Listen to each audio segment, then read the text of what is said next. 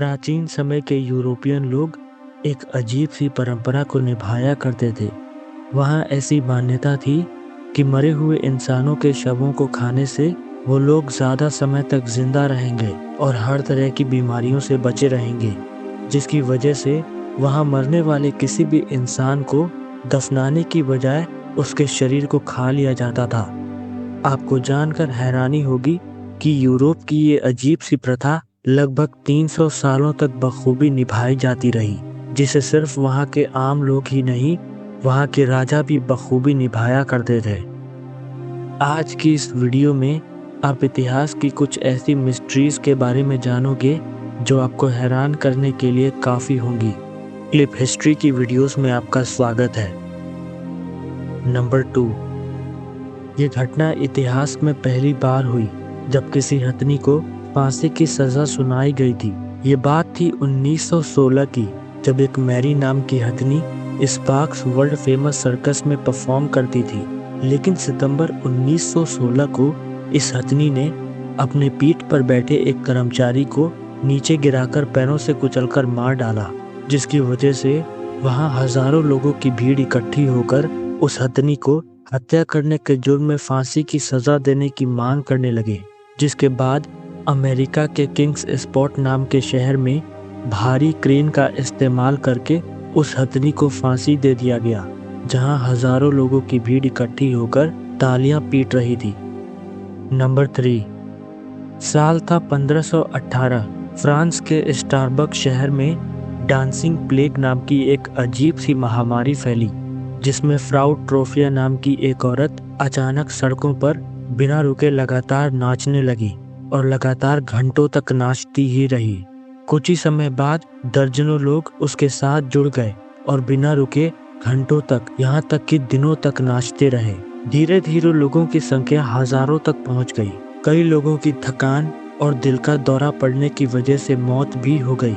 कुछ इतिहासकारों ने इसे देवताओं का श्राप माना, तो कुछ इसे महज एक मानसिक बीमारी कहने लगे। लेकिन आज तक कोई नहीं जान पाया कि आखिर ये बीमारी कैसे फैली थी। नंबर 4, 18वीं सदी में ज़ुलू साम्राज्य का राजा साका ज़ुलू अफ्रीका के सबसे शक्तिशाली राजाओं में से एक था। जब 1827 को उसकी मां की मौत हुई तो साका को अपनी मां की मौत से एक झटका सा लगा। वो इतना दुखी था कि उसने अपने सारे साम्राज्य में जबरदस्ती लोगों को शोक मनाने का आदेश दे दिया।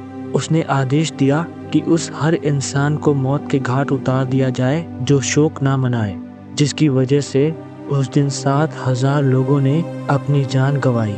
उसने अपने राज्य की उस हर औरत को मरवा दिया जो गर्भवती थी, और ऐसा करने की वजह ये दी गई कि अगर कोई औरत माँ बन रही है तो वो उसकी माँ का अपमान होगा। इन्हीं हत्याओं की वजह से इस राजा को इतिहास के सबसे क्रूर राजाओं में से एक माना जाता है।